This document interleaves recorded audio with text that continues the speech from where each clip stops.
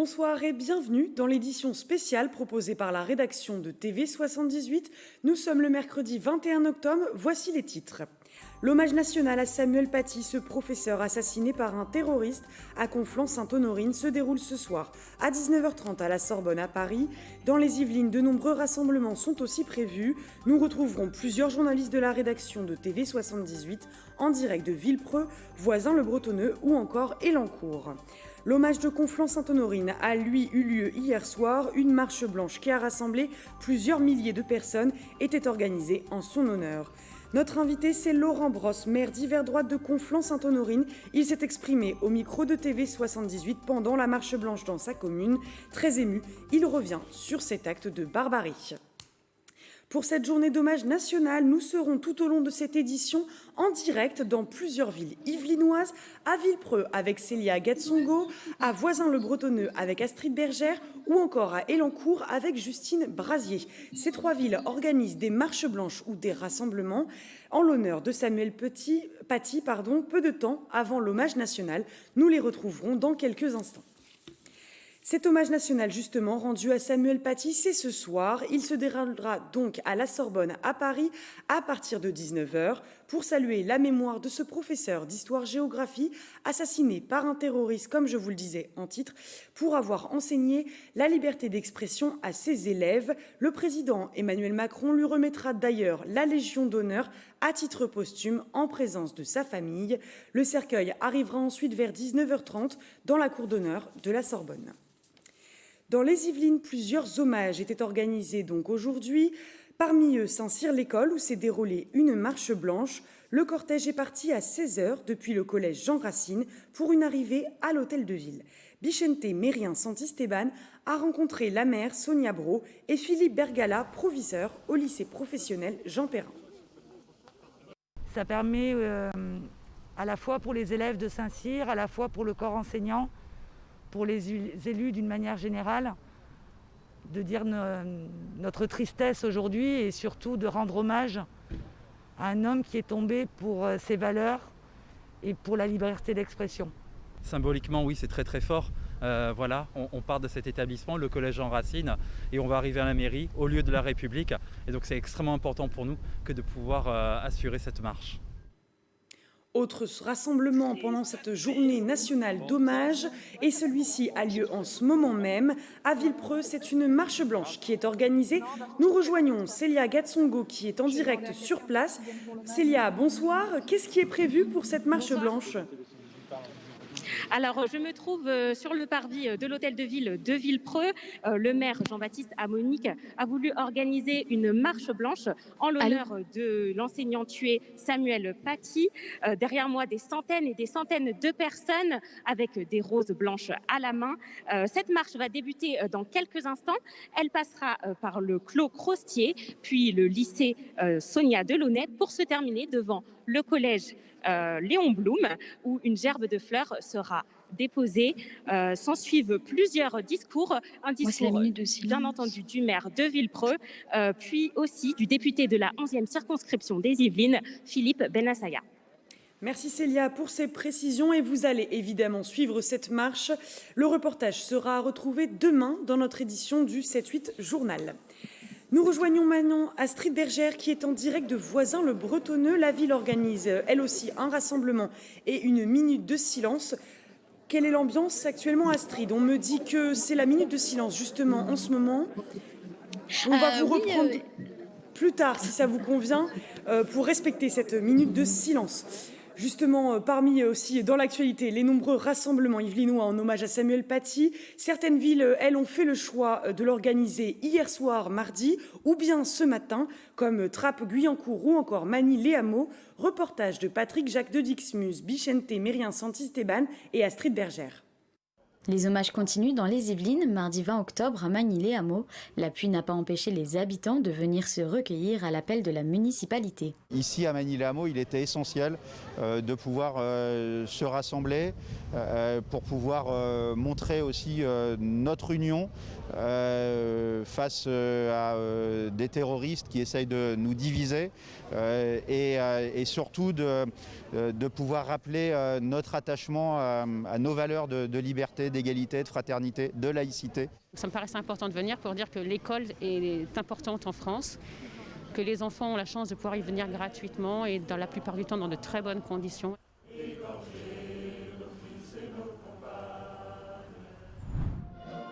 Ce mercredi à Guyancourt, un autre hommage a eu lieu devant l'hôtel de ville. Les habitants sont venus apporter leur soutien à la famille de Samuel Paty.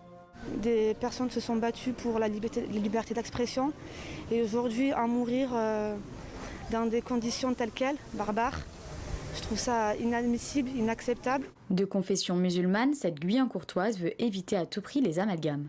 J'aimerais que la société d'aujourd'hui ne nous compare pas à eux. Voilà, c'est important pour nous, adultes, pour nos enfants. Dans l'islam, on ne tue pas au nom de Dieu, c'est un péché.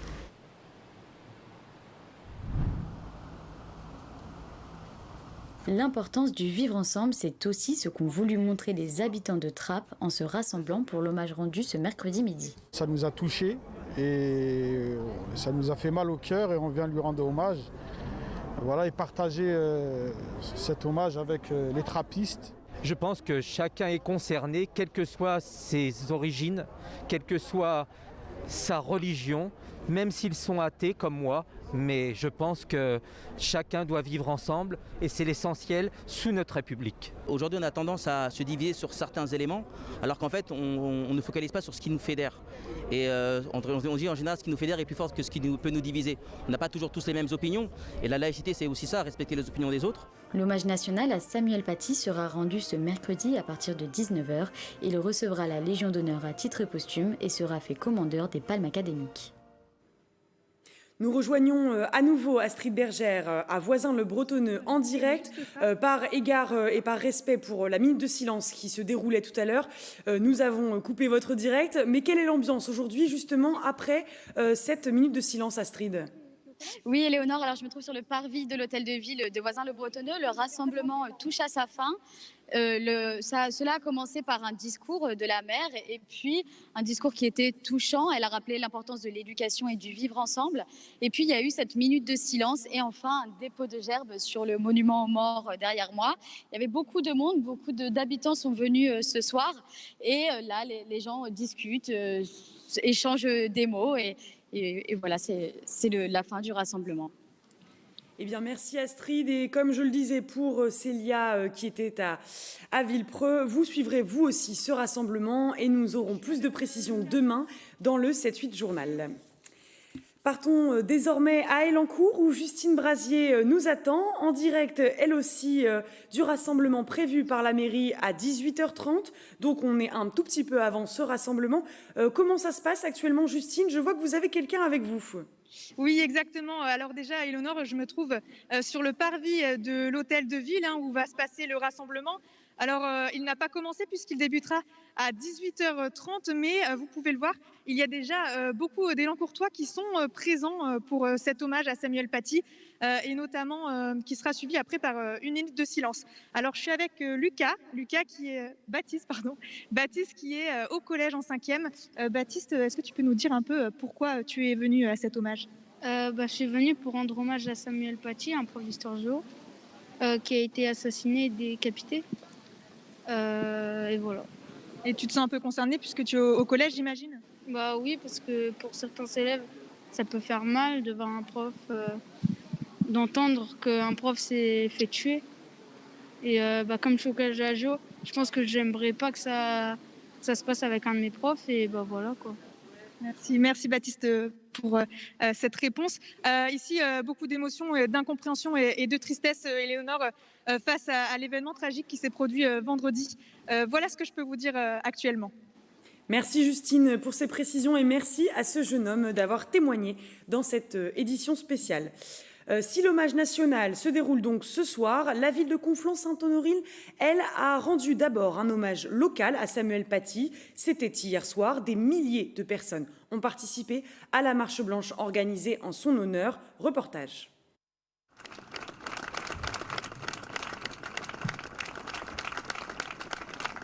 Des applaudissements, Ils ont été très nombreux lors de la marche blanche organisée mardi soir en l'honneur de Samuel Paty. Ce professeur d'histoire-géographie, assassiné par un terroriste car il enseignait la liberté d'expression à ses élèves. Des milliers de personnes ont participé à cet hommage local. La marche blanche est partie du collège Le Bois d'Aulne, où il travaillait, pour rejoindre la place de la Liberté, un symbole fort voulu par la municipalité, entre tristesse, colère et recueillement. Cette marche blanche n'est pas neutre. La liberté d'expression, ce n'est pas qu'un mot. C'est la liberté de lire, c'est la liberté de penser, c'est la liberté d'écrire, c'est la liberté de se syndiquer, c'est la liberté de s'associer, c'est la liberté de revendiquer, c'est la liberté de voter. Et ça, on ne nous l'enlèvera pas. Beaucoup de sentiments, en fait, de la tristesse parce que ça reste un acte terrible. Conflans est passé de la ville inconnue à une ville qui fait la une des journaux et pas forcément pour la bonne raison. Et puis une certaine haine. C'était nécessaire parce que je pense que tout le monde était très touché. Moi, ma mère est enseignante, donc je comprends totalement l'aberration qu'on a tous face à cet événement. Samuel Paty est désormais un symbole, celui du garant des valeurs de la République. Grâce à son enseignement, la liberté d'expression, mais aussi la fraternité et l'égalité continueront à être transmises, comme l'atteste un de ses anciens élèves devenus professeur. Ça me touche vraiment, ça touche aussi mes élèves. Il y a 2 jours, dimanche soir, j'ai reçu un mail d'une ancienne élève et elle m'a dit qu'elle était touchée, que dans mes cours, on donnait beaucoup d'importance au débat. Et du coup, à travers M. Paty, ça lui a rappelé les cours qu'elle avait avec moi. Et ça m'a vraiment interpellé parce que moi, je l'ai eu, M. Paty. Il m'a transmis quelque chose. Et peut-être qu'à mon tour, j'ai transmis quelque chose aux générations suivantes. Samuel Paty recevra la Légion d'honneur à titre posthume. Ce soir, un dernier hommage, national cette fois-ci, lui est rendu à la Sorbonne à Paris. Le maire de Conflans-Sainte-Honorine, Laurent Brosse, était évidemment présent hier soir à la Marche Blanche. Avec Mélanie Poquet, il nous a accordé une interview. Comme l'on peut s'en douter, il est extrêmement ému.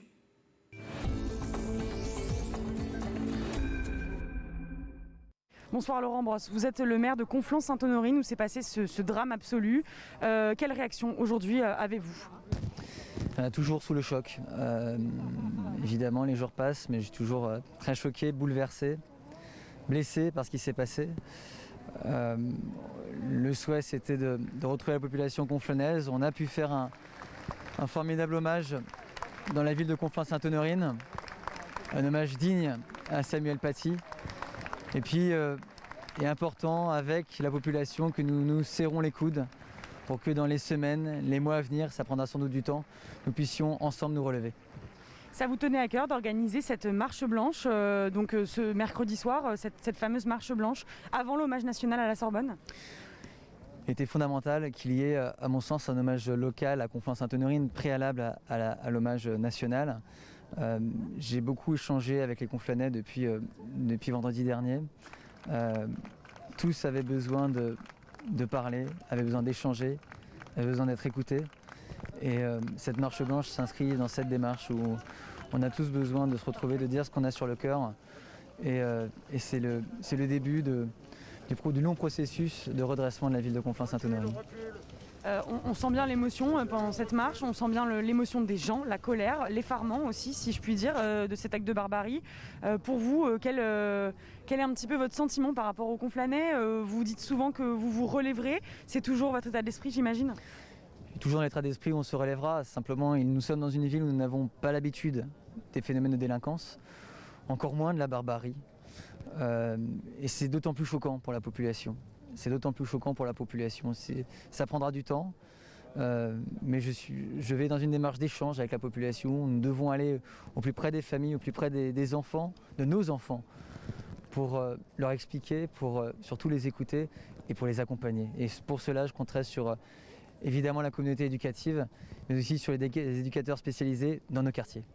Et justement, vous parlez des enfants. Comment va se passer cette rentrée au collège du Bois d'Aulne, le 2 novembre ? Comment vous l'envisagez ? Comment vous l'imaginez ? Aujourd'hui, chaque jour suffit sa peine. C'est très très délicat de parler même de ce qui va se passer dans à la rentrée dans moins de 2 semaines au Collège Le Bois d'Aulne. Ça fera l'objet sans aucun doute d'un échange avec la principale du collège, avec les enseignants, avec les représentants des parents d'élèves, pour que cette rentrée puisse se passer au mieux pour les élèves qui, j'imagine, auront, à n'en pas douter, une certaine appréhension. Vous allez, j'imagine, vous rendre à l'hommage national qui a lieu donc mercredi à 19h à la Sorbonne à Paris. Oui, je m'y rendrai. Déjà pour rendre hommage à un professeur qui a enseigné à Conflans-Sainte-Honorine et parce qu'il faut que notre ville soit représentée à cet hommage national. C'est important pour les habitants et pour la communauté éducative de Conflans-Sainte-Honorine. Merci Laurent Brosse d'avoir été avec nous et bon courage pour la suite. Merci beaucoup. L'enquête se poursuit en ce qui concerne les responsabilités dans cet attentat. Le procureur antiterroriste Jean-François Ricard a donné une conférence de presse cet après-midi. Il a notamment annoncé que 7 personnes, dont 2 collégiens de 14 et 15 ans, ont été déférés devant le juge antiterroriste. Les 2 collégiens, c'est pour avoir désigné Samuel Paty à l'assaillant contre rémunération de l'ordre de 300 à 350 €. Il a également fait état de plusieurs contacts entre le parent d'élève qui a réalisé la vidéo à charge contre l'enseignant et le terroriste. Dans cette vidéo, il s'avère que les faits sont, je cite, factuellement inexacts selon le procureur antiterroriste. Une quinzaine d'enquêtes a enfin été ouverte par le parquet de Paris pour des faits d'apologie de terrorisme, menaces de mort et provocation après des messages sur les réseaux sociaux. Je rappelle donc que ce soir, c'est à 19h30 que se tient l'hommage national en l'honneur de Samuel Paty. On va en reparler avec vous, Patrice Carmouze. Bonsoir. Bonsoir. Et d'abord, pourquoi avoir choisi la Sorbonne?